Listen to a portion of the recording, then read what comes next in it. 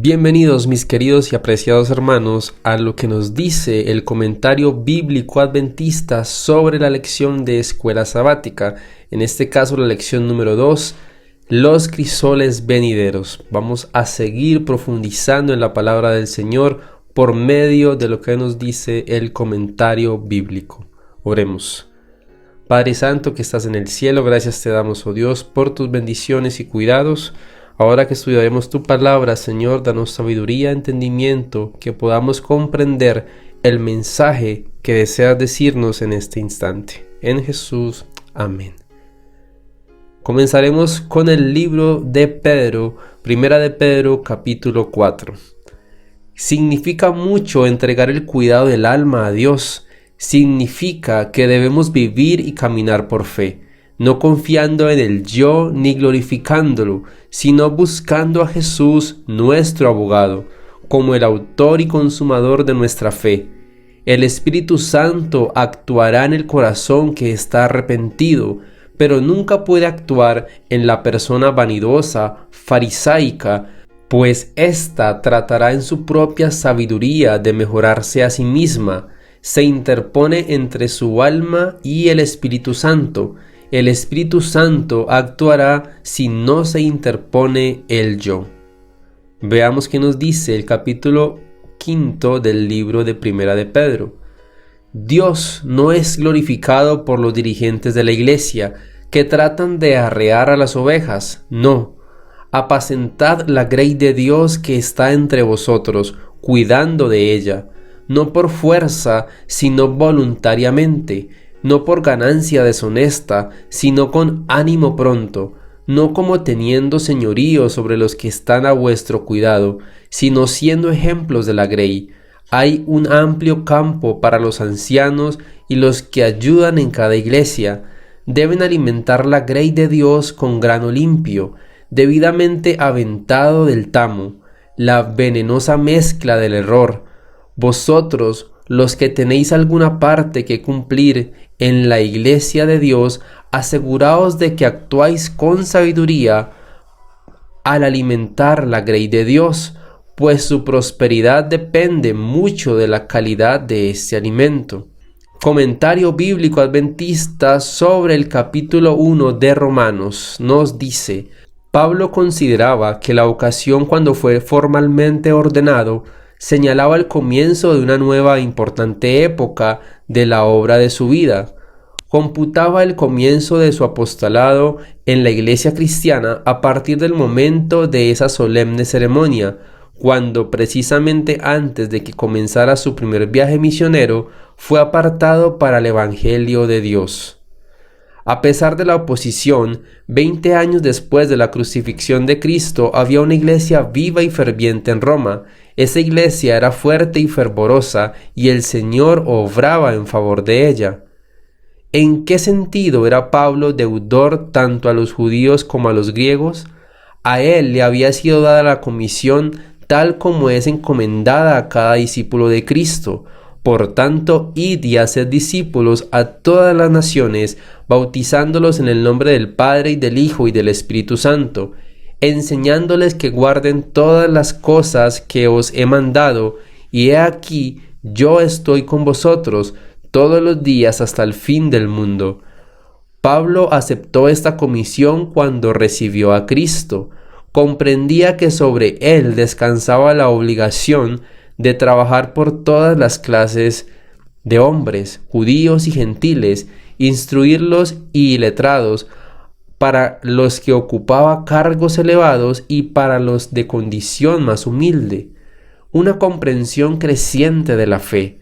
La justicia de Cristo se revela de fe en fe, es decir, de nuestra fe presente a una comprensión aumentada de esa fe que obra por el amor y purifica el alma.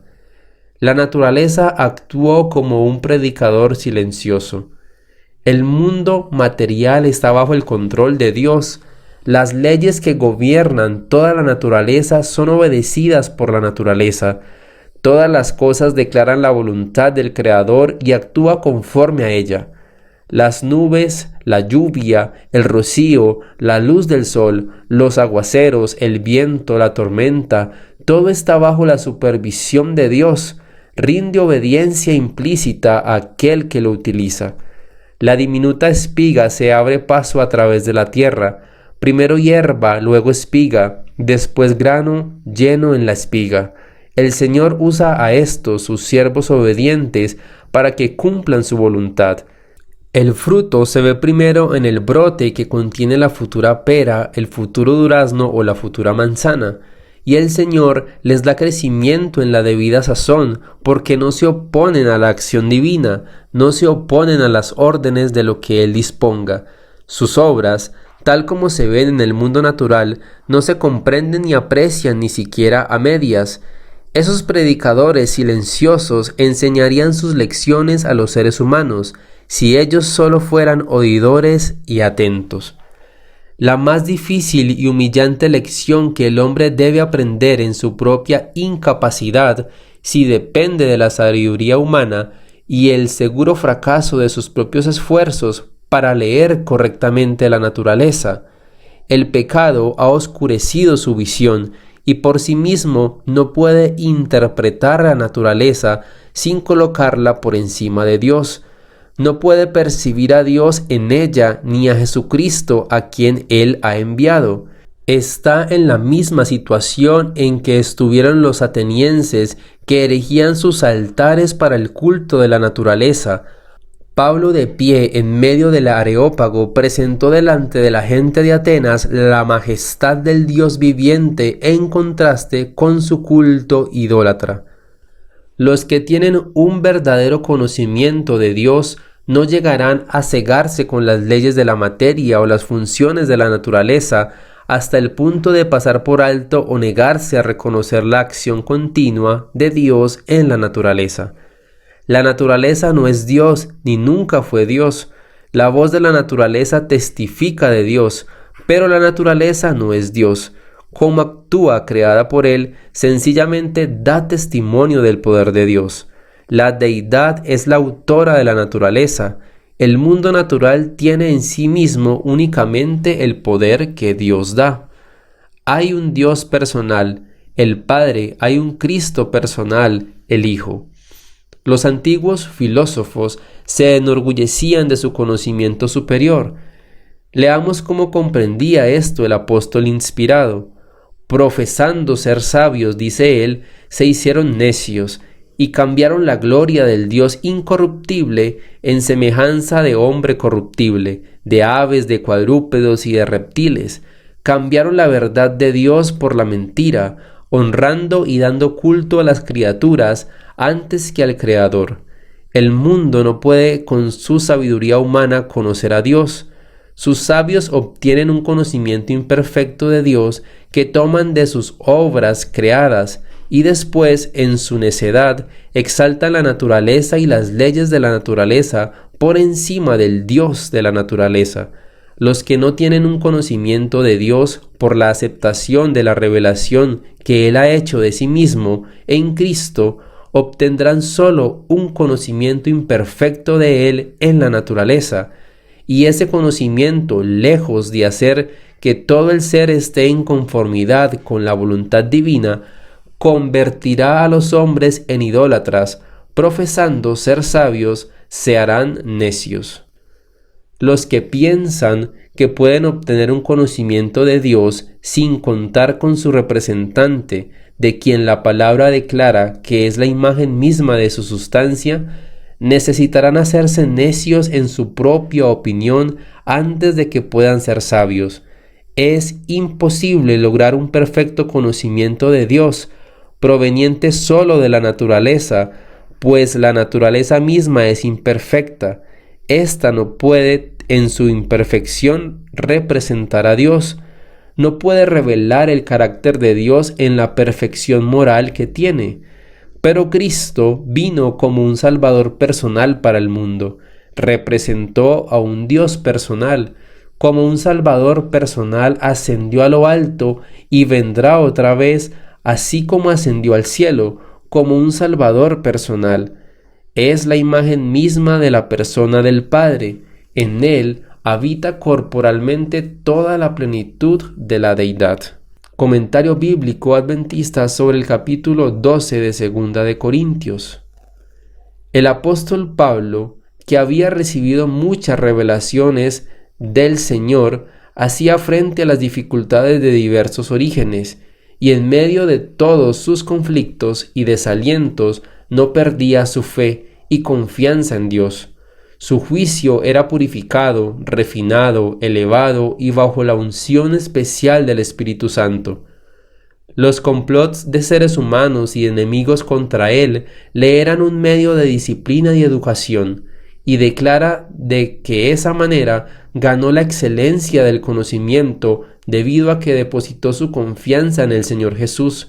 Y ciertamente declara: aún estimo todas las cosas como pérdida por la excelencia del conocimiento de Cristo Jesús, mi Señor.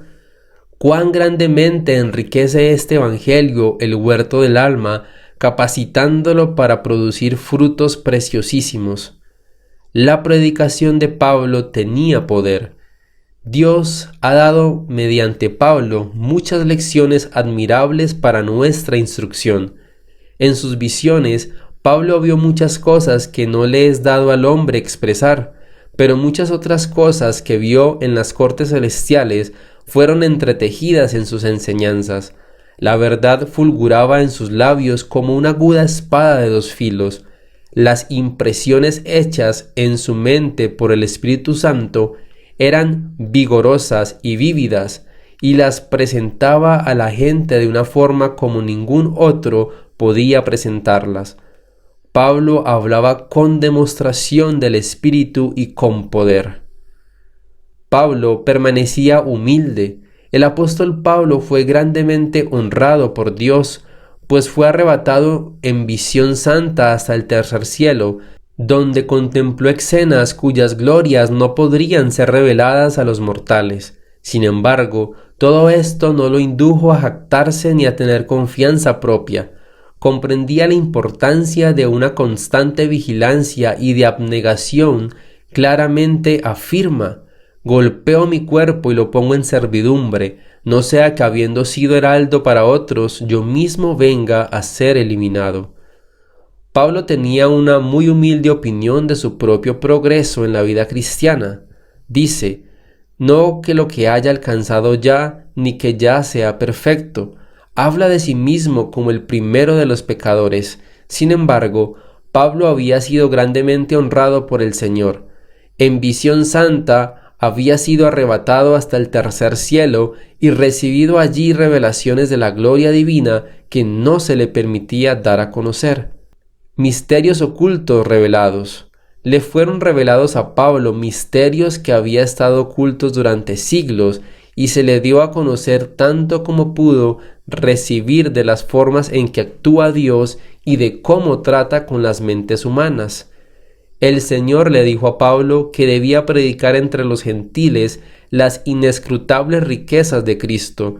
Debía dar la luz a los gentiles. Este es un misterio que había estado oculto durante siglos. Pablo tuvo una visión del cielo, y al ocuparse de las glorias de allí, lo mejor que podía hacer era no tratar de describirlas. Nos dice que ojo no ha visto ni oído ha oído, ni han subido en corazón de hombre, las cosas que Dios ha preparado para los que le aman. De modo que podéis llegar al límite de vuestra imaginación, podéis usar vuestras facultades hasta lo máximo para que abarquen y consideren el eterno peso de gloria, y sin embargo, vuestros sentidos limitados, desfallecientes y cansados con el esfuerzo, no pueden captarlo porque hay un infinito más allá. Se necesitará de toda la eternidad para desplegar las glorias y revelar los preciosos tesoros de la palabra de Dios. No fue quitada la afección de Pablo. Pablo sufría de una afección corporal. Su vista era deficiente. Pensó que con oraciones fervientes podría eliminarse ese mal, pero el Señor tenía un propósito y le dijo a Pablo: no me hables más de este asunto, es suficiente, hará que pueda soportar la dolencia. Un profundo pesar todavía descansaba sobre la mente y el corazón de Pablo. debido a sus recelos en cuanto a la iglesia de los Corintios. Mientras estaba en Filipos, comenzó su segunda epístola para ellos, pues gravitaban como una pesada carga sobre su alma. Sin embargo, las depresiones anímicas de las cuales sufría el apóstol Pablo eran atribuibles en gran medida a debilidades corporales que lo desasosegaban mucho cuando no estaba ocupado en un servicio activo, pero cuando trabajaba por la salvación de las almas, superaba la debilidad física. Pensaba que la enfermedad de la cual sufría le era un terrible impedimento en su gran obra, y repetidas veces suplicó al Señor que lo aliviara. Dios no creyó conveniente responder sus oraciones en este respecto, aunque le dio la seguridad de que la gracia divina le sería suficiente. Para finalizar, veamos qué nos dice el comentario bíblico adventista sobre el libro de Romanos capítulo 5, versículo 1. Justificados, o habiendo sido justificados, es decir, en vista de la afirmación del versículo procedente y de todo el razonamiento y la comprobación, Pablo ha mostrado claramente que todos los hombres, judíos y gentiles, son pecadores y que están bajo la condenación y que necesitan una justificación. Ha demostrado que esa necesidad de justificación no puede alcanzarse en forma legalista por medio de obras de obediencia, pero, tal como se revela en las buenas nuevas del Evangelio, Dios ha hecho todo lo necesario para cubrir la necesidad del hombre. Como un don gratuito de su gracia, Dios ofrece a todos perdón completo y reconciliación mediante la fe de Jesucristo, quien ha vivido, muerto y resucitado para la redención del hombre caído. Luego de establecer la doctrina de la justificación, Pablo procede ahora a explicar algunos de los beneficios que reciben los que han compartido esa gran experiencia salvadora. Tenemos paz. Hay una forma de traducir esta frase para que sea posible aceptar la variante tengamos paz, dándole una interpretación apropiada con el contexto. La flexión verbal que se traduce tengamos paz permite la traducción prosigamos teniendo paz, con el significado de disfrutemos de la paz que tenemos o disfrutemos de paz, mantengamos la paz. Si Pablo hubiese querido decir alcancemos paz, la flexión del verbo griego sería diferente. Aparece en esa forma diferente en Mateo 21:38, en donde se traduce apoderémonos de su heredad. Como la justificación en un sentido más pleno implica reconciliación y paz, Pablo dice aquí, puesto que hemos sido justificados por la fe, retengamos o disfrutemos de la paz que ahora poseemos. Pero si se refiere a la variante tenemos paz, el significado no es en esencia diferente. El énfasis recae en la bendición de la paz que se deriva de la experiencia de ser perdonado y puesto en armonía con Dios por medio de la fe en Jesucristo. La verdadera religión con frecuencia es presentada en la Biblia como un estado de paz. Con frecuencia Pablo llama a Dios Dios de paz. Se describe a los pecadores como enemigos de Dios y para estos no hay paz, no hay tranquilidad ni seguridad. Pero el efecto de haber recibido la justificación por la fe es proporcionar paz al alma del pecador antes atormentada y enajenada.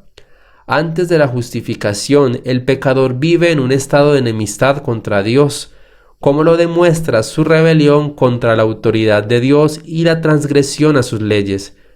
Pero después de que se ha reconciliado, está en paz con Dios. Antes, mientras se sentía culpable por causa de sus pecados, en su conciencia solo había temor y desasosiego, pero después de que sus pecados son perdonados, alberga paz en el corazón, pues comprende que ha sido eliminada toda su culpabilidad.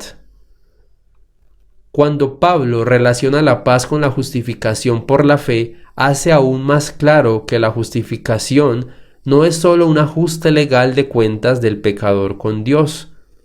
Recibir únicamente el perdón no necesariamente proporciona paz.